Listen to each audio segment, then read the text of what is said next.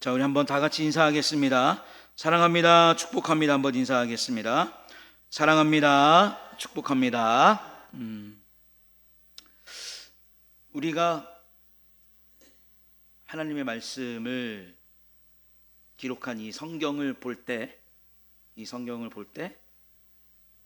성경이 어떻게 기록되었느냐라고 묻는다면 하나님의 계시로 기록되었다라고 말씀을 드릴 수가 있습니다. 하나님의 계시로 하나님께서 택한 사람들을 통해서 이 성경 말씀이 기록이 되었는데, 그렇다면 계시는 무엇인가? 이 계시라고 하는 것은 하나님께서 보여주시는 만큼, 어떻게 하는 만큼? 보여주시는 만큼 하나님께서 알려주시고 깨닫게 하는 만큼만 알 수 있는 것이 계시라고 하는 부분입니다. 여러분, 아침에 눈을 딱 뜨셔서 커튼을 열면 커튼을 연 만큼의 모습만 보입니까? 아니면 커튼을 열지 않은 밖의 모습 전체가 다 보입니까? 어떻게 보이죠? 커튼을 연 만큼만 보이죠. 그러면 우리는 그만큼만 볼 수가 있는 겁니다. 하나님의 계시라는 것이 그런 거예요. 하나님께서 볼 수 있도록 또 보여주신 만큼, 알려주신 만큼만 알 수 있는 것이 하나님의 계시이고 하나님의 뜻이다라고 하는 겁니다. 그래서 조금 이따가도 말씀을 드리겠지만, 성경이 가라라고 하는 곳까지만 우리는 가야 돼요. 이것이 뭐냐면, 성경이 말씀하시는 곳까지만 우리는 가서 성경이 이렇게 말씀하시는구나 라고 깨닫고 감사해야 되고, 성경이 이제 그만 멈추라 라고 하는 곳에서 멈춰야 합니다. 쓸데없이 우리의 상상력을 동원하거나 우리의 어떤 개인적인 생각을 주입하거나 우리의 개인적인 철학을 주입하는 순간 뭐가 깨지냐면, 하나님께서 우리에게 주신 계시의 은혜가 깨져버리는 거예요. 유일하신 하나님의 말씀이라는 그 존재 가치가 깨지고, 거기에 누구의 생각과 누구의 사상이 주입되는 겁니까? 인간, 사람의 생각, 사람의 사상이 주입되면서부터 성경의 가치는 올라가는 것이 아니라 되려 훼손되고 손상된다라고 하는 것입니다. 그래서 우리는 성경을 알되 열심히 알아야 되고, 성경을 알되 잘 알아야 되고, 또 중요한 건 뭐냐면 성경을 알되 바르게 알아야 됩니다. 그래서 그 중에서 오늘은 특별히 성령에 대해서 분명하고 바르게 잘 알 수 있는 말씀을 준비를 했습니다.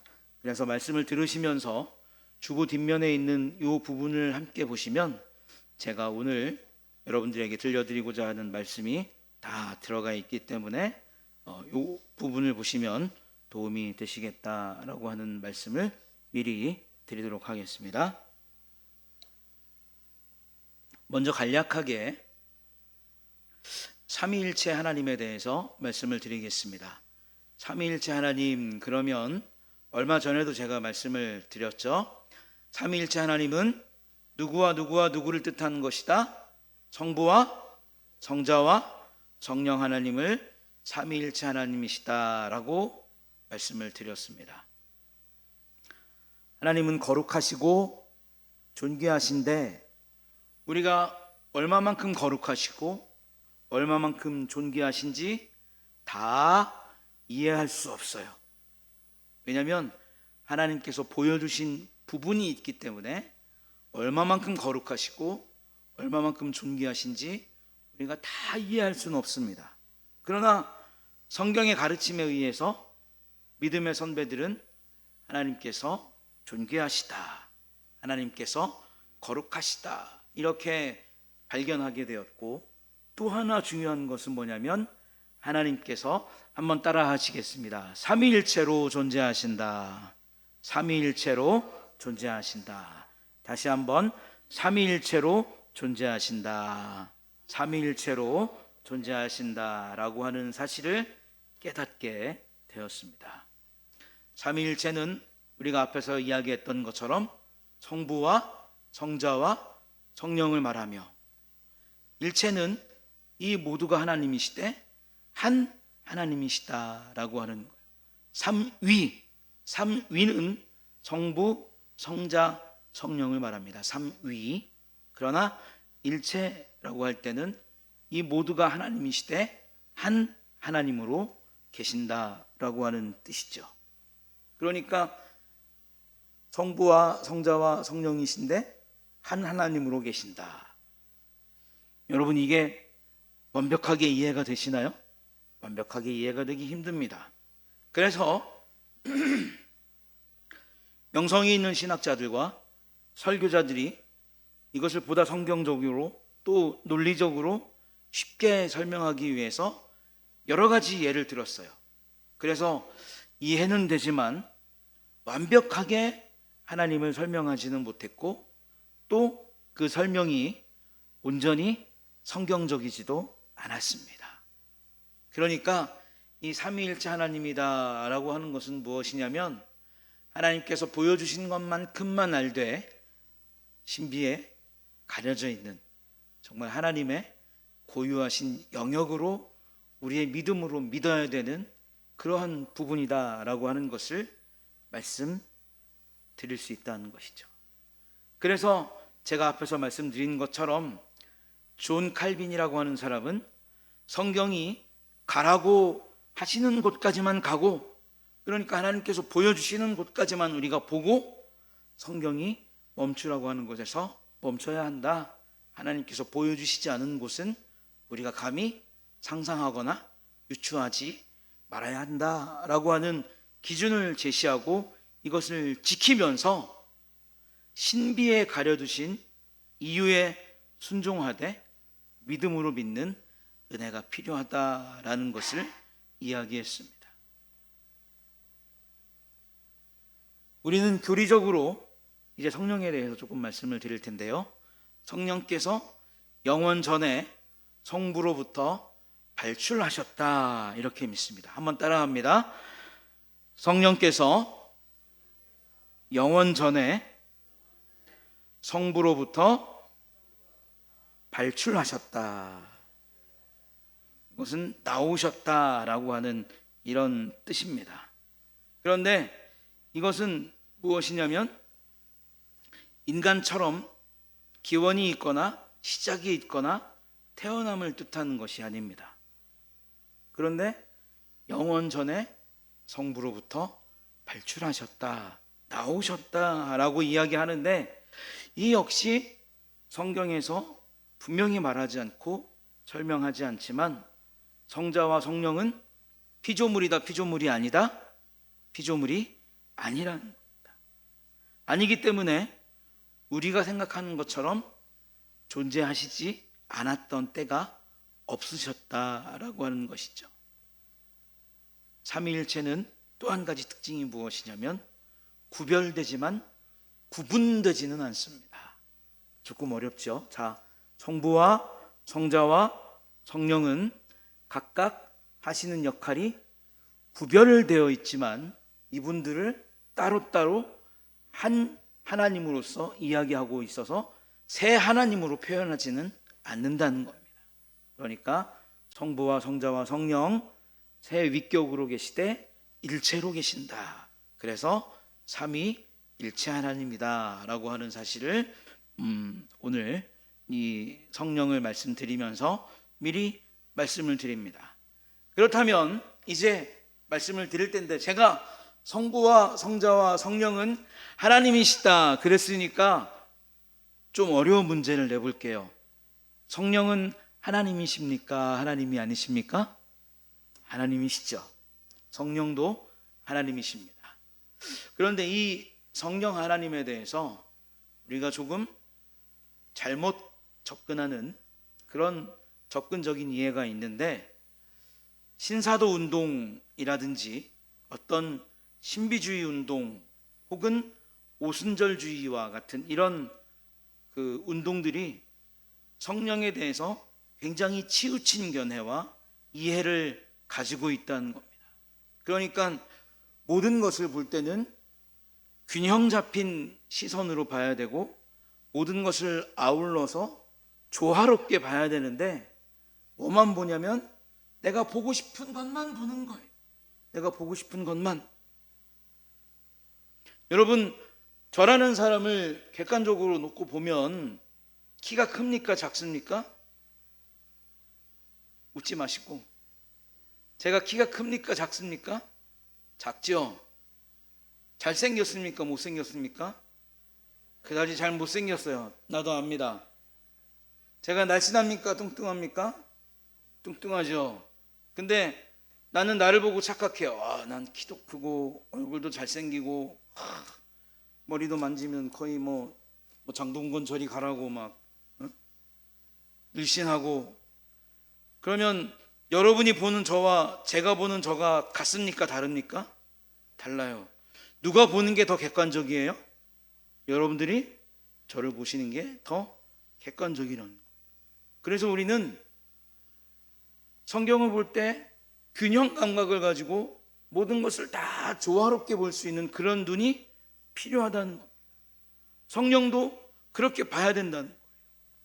그런데 이 신사도 운동이나 신비주의나 오순절주의 같은 이런 운동을 하는 사람들은 성령에 대해서 너무 치우친 그런 시각과 견해를 가지고 있기 때문에 성령은 어떤 신비한 힘을 행사하시거나 특별한 체험을 하도록 하시거나 은사를 주시는 분으로 그 역할을 한정짓는 경향성이 굉장히 짙게 드러납니다. 그러니까 우리가 성령 그러면 막 불받으라 그러고, 성령 그러면 뭐 해야 되죠? 일단 방언해야 되고, 성령 그러면 뭐 해야 되죠?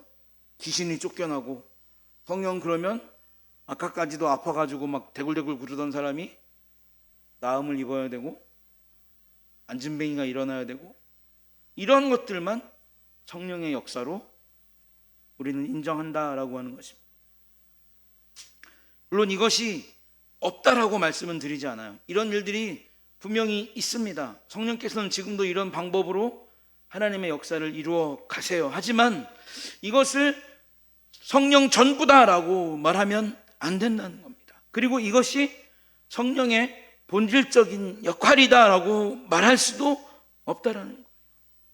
그런데 우리는 마치 성령의 역할이 이것이 전부이고 성령이 이러한 일을 하시기 위해서 존재하시는 분처럼 마음에 이미지가 완전히 굳어져 있어요.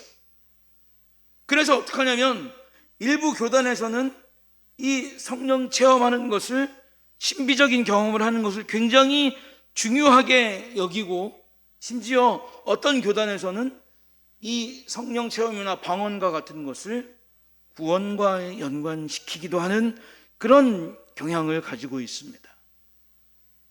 여러분들 지난 5일 동안 또 제가 우리 하나교회 담임 목사로 예배를 인도하고 기도회를 인도하면서 제가 방언하는 거 보셨습니까?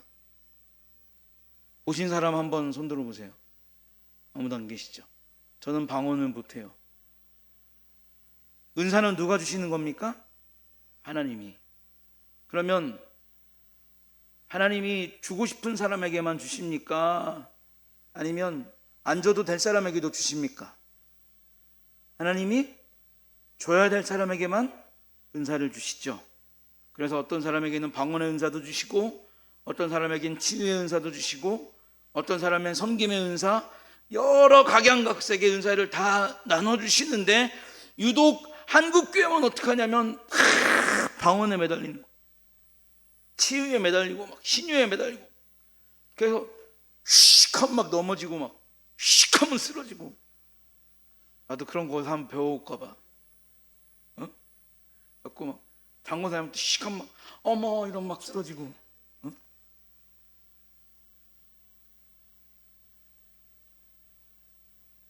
이런 것들을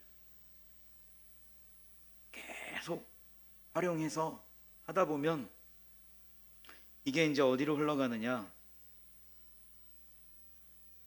사람을 신격화해요. 그리고 사람을 신비한 존재로 인식하도록 만듭니다. 그게 뭐냐면 이단이고 사이비라고 하는, 신천지 이만희가 자기를 누구라고 주장합니까? 새로운 보혜사 성령으로 주장을 해요. 나중에 보시면 아시겠지만 인터뷰를 딱 따라갔더니 자기는 보혜사라고 주장한 적이 없대.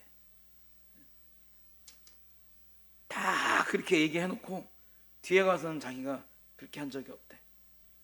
그리고 신천지를 못 믿게 하거든, 신천지 교회를 못 다니게 하거든, 남편과 이혼해라, 이만희가 분명히 그렇게 가르쳤거든요. 뒤에서는 그렇게 한 적 없대. 제가 그랬거든요. 너 남편하고 이혼하겠다, 너 마누라하고 이혼하겠다. 자기는 이혼 안 한대. 성경에 이혼하라고 안 써있대. 야, 이만희가 그렇게 가르쳤잖아. 그 믿음 시키려면 이혼해야 임마 14만 4천에 들어가서 천국을 가든지 뭐 김밥 천국을 가든지 뭘 할 거 아니야. 아이, 그렇게 가르친 적이 없대. 여러분, 성경은 하나님이 하나님 되도록 하시는 것이, 또 하나님이 하나님이심을 밝혀놓는 것이 성경이지, 사람을 우상화하고 사람을 신격화하도록 만들어 놓는 장치가 성경이 아니라는 거예요. 그래서 믿음은 성경이 말씀하시는 것을 균형 감각을 가지고 바라봐야 된다는 겁니다.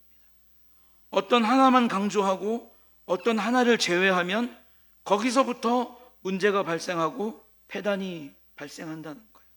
그래서 우리는 성령님은 하나님이신데 여러 가지 사역을 하시는 그런 하나님으로 인식을 해야 됩니다. 아멘이십니까? 그러면 성령 하나님께서는 어떤 사역을 하시는가? 여러 가지가 있겠지만 제가 크게 세 가지만 말씀드리겠습니다. 첫 번째, 요한복음 15장 26절에 보면 진리의 성령이 오실 때 예수를 증거하실 것이다. 그 다음에 요한복음 16장 13절은 성령이 진리로 인도하고 장래의 일을 알리실 것이다. 마지막으로 요한복음 14장 26절은 성령이 모든 것을 가르치시고 예수의 말씀을 모두 생각나게 하신다라고 기록되어 있습니다. 곧 성령께서 하시는 주된 역할은 무엇이냐? 이제부터 중요한 거예요. 성령께서 하시는 가장 중요한 역할은 무엇이냐면 예수께서 하나님의 아들이신 것과 그분이 구원자이신 것과 심판주가 되시고 다시 오실 분이심을 분명히 깨닫게 하시는 역할을 하신다라고 하는 거예요. 오늘 이 자리에 모이신 성도 여러분, 예수 그리스도가 저와 여러분들의 구원자 되심을 믿으십니까? 예수님께서 다시 오실 것임을 믿으십니까? 그날에 우리가 영광스러운 하나님의 나라에 들어갈 것을 믿으십니까? 이것을 누구를 통해 알게 됐다고요? 성령 하나님을 통해서 우리가 알게 되었다는 겁니다. 그러니까 성령이 아니면 우리는 그리스도를 알 수 없는 거예요. 첫 번째는 성령은 예수 그리스도를 알게 하시는 역할을 하신다라고 하는 겁니다. 두 번째, 한번 따라하겠습니다. 성령은 사람을 거듭나게 한다. 자, 예수님을 찾아가서 사람이 거듭나려면 어떻게 해야 됩니까? 라고 물어봤던 사람이 누구죠? 니고데모가 예수님에게 찾아가서 사람이 거듭나려면 어떻게 해야 됩니까? 라고 물어봤어요. 뽕나무에 올라가서 예수님을 만났던 사람은 누구죠? 삭개오입니다. 근데 어떤 목사님이 설교를 하시다가 막 흥분을 해가지고 삭개오가 새벽에 예수님을 찾아가서 사람이 거듭나면 어떻게 해야 됩니까? 근데 이 대중들의 눈빛이 싸하거든. 아이고, 삭개오가 아니고 니고데모인데. 삭개오가 물었어요. 예수님, 어떻게 해야 내가 거듭날 수 있겠습니까? 근데 그 눈빛을 또 보니까 여전히 이상한 거야. 그래서 이 목사님이 깨달았어요. 삭개오가 아니고 니고데모구나. 근데 이미 너무 많이 간 거야. 돌이킬 수가 없는 거야. 근데 말씀을 돌이켜야 되니까 어떻게 하냐면 그때 저쪽에서 한 사람이 막 걸어오고 있었습니다. 그 사람이 누구예요? 니고데모예요. 니고데모가 오더니 그러는 겁니다. 야 임마, 그건 내 대사야. 너는 뽕나무 위에나 올라가 있어라. 그분이, 제가 조남은 말씀을 안 드릴게요. 우리 교단의 총회장님을 하셨던 분인데, 제가 청년 때 교회 오셔갖고 설교하신다고 막 피치를 높여서 설교하시다가 이 삭개오하고 니고데모를 헷갈리신 거예요. 그래가지고 우리가 막 얼굴이 사색이 돼갖고 이렇게 앉아있으니까 쟤들이 왜 그런가, 쟤들이 왜 그런가. 두 번째 또 삭개오가 하다가 아, 이게 니고데모구나라고 하는 거 안 거예요. 그래서 어떻게 했습니까? 다시 돌아왔던, 저쪽에서 니고데모가 오고 있었습니다. 그러면서 돌아왔던. 여러분, 멀리 가면 돌아오는 게 쉬워요, 힘들어요? 어려워요. 멀리 갈 필요 없어요. 그러니까 우리는 다시 한번 말씀드리지만 보여주시는 데까지만 보면 돼요. 성령은 사람을 거듭나게 하십니다. 예수님은 니고데모에게 사람이 거듭나야 하나님의 나라를 볼 수 있다라고 하는 말씀과 함께 물과 성령으로 거듭나야 하나님의 나라에 들어갈 수 있다라고 가르치셨어요. 우리가 예수 그리스도를 구원자로 고백하면 성령이 그 안에 임재하시고 하나님의 자녀가 되도록 역사하시는 줄 믿습니다. 우리는 성령의 은혜를 통과하지 않고는 결코 의인이 될 수도 없고 새 사람이 될 수도 없고 거듭난 사람이 될 수도 없다는 거예요. 내가 거듭난 사람이라는 증거는 성령을 통해서 믿음과 고백과 회개가 지속적으로 반복적으로 나의 삶에서 나타나야 된다. 내가 예수 그리스도를 믿습니다. 내가 하나님의 은혜를 믿습니다. 내가 하나님을 사모합니다. 내가 하나님을 사랑합니다. 하나님, 내가 하나님 앞에 큰 은혜를 입었습니다 라고 하는 믿음과 고백을 하면서 어떻게 해야 됩니까? 그렇게 큰 사랑을 받았는데 내가 하나님 앞에 죄를 지은 죄인입니다. 연약한 사람입니다. 하나님, 성령의 은혜로 내가 죄에서 멀어질 수 있는 은혜를 허락하여 주옵소서. 우리가 이렇게 기도할 수 있어야 된다. 그런데 또 어떤 사람들은 이렇게 가르칩니다. 구원받은 사람들은 회개할 필요가 없다 라고 그렇게 가르쳐요. 맞습니까 여러분? 아니에요. 구원받은 사람은 하나님 앞에 회개하는 삶을 살아야 된다. 마지막으로 자, 한번 따라하겠습니다. 성령은 우리를 위해 기도하신다. 다시 한번, 성령은 나를 위해 기도하신다. 앞에서도 말씀드렸지만 우리는 믿음 안에 살지만 늘 강한 믿음으로 완전하고 꼿꼿하게 서서 살아갑니까? 아니면 때로는 힘들어서 주저앉고 넘어지고 힘들어서 한숨을 쉬고 울면서 살아갑니까? 첫 번째입니까? 두 번째입니까? 두 번째죠. 그래서 성령은 우리를 위해서 기도하신다는 거예요. 우리의 삶이 늘 꼿꼿할 수 있도록, 언제나 세상 앞에서 당당하게 살아갈 수 있도록, 어려움 속에서도 강건한 믿음을 가지고 살아갈 수 있도록 완전한 하나님의 백성이 되어서 온전히 하나님께 영광을 돌릴 수 있는 그런 삶을 살아갈 수 있도록 어떻게 하시는가? 우리를 위해서 기도하신다라고 하는 거예요. 하나님은 그래, 너희 구원받았어, 예수 그리스도를 통해 구원받았어 라고 거기서 끝나지 않는다는 겁니다.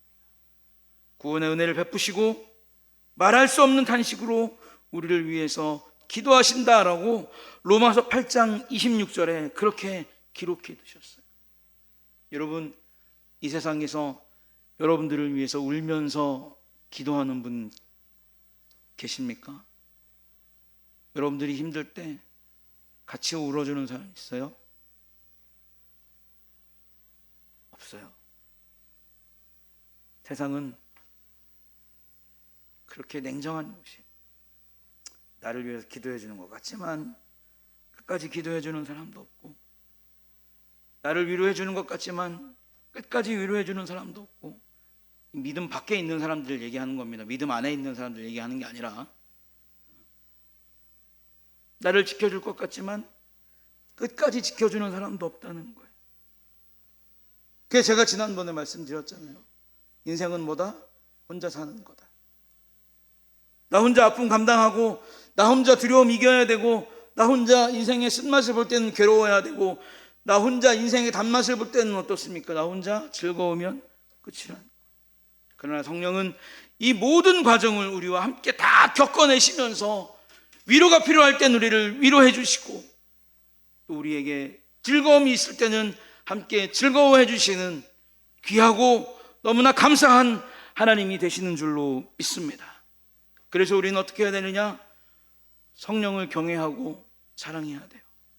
에베소서 4장 30절에 성령을 근심하게 하지 말라라고 말씀하십니다. 이 근심은 무엇이냐? 슬픔을 뜻하는 거예요. 성령을 슬프게 하지 말라. 우리의 삶이 하나님의 인도를 따르지 않고 성령의 가르침에 순종하지 않고 예수 그리스도의 삶을 따라가지 못하면 성령은 어떻게 하시는가? 근심, 슬퍼하신다는 거예요. 왜 슬퍼하시느냐?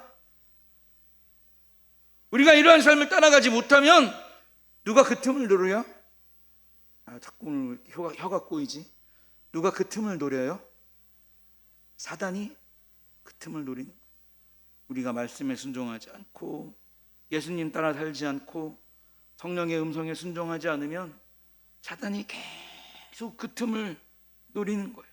그래서 공격당하게 해요. 마태복음 4장에 보면 예수님께서 40일 금식하시고 성령에 이끌려서 광야에서 사단에게 시험을 받으셨습니다. 그런데 예수님께서 이기셨습니까? 지셨습니까? 이기셨어요. 예수님이 이기셨기 때문에 우리는 예수 그리스도를 힘입어 살면 사단의 시험을 이길 수 있는 존재입니까? 질 수 있는 존재입니까? 이길 수 있는 존재라. 우리는 그런 존재가 되어야 하는 줄로 믿습니다. 우리는 그런 존재로 지어진 줄로 믿습니다. 그리고 마지막으로 고린도전서 6장 19절은 우리의 몸이 성령의 전이라고 했습니다. 즉 성령께서 우리의 주인이 되시고 우리의 삶을 인도하시고 인격적인 교제를 통해서 몸과 영을 강건하게 하신다라고 하는 뜻입니다. 이것이 우리에게 유익이 되고 이것이 우리에게 기쁨이 된다는 거예요. 하나님은 늘 우리에게 좋은 것 주시기를 원하시고 유익한 것 주기를 원하시고 귀하고 아름다운 것 주시기를 원하시는 줄로 믿습니다.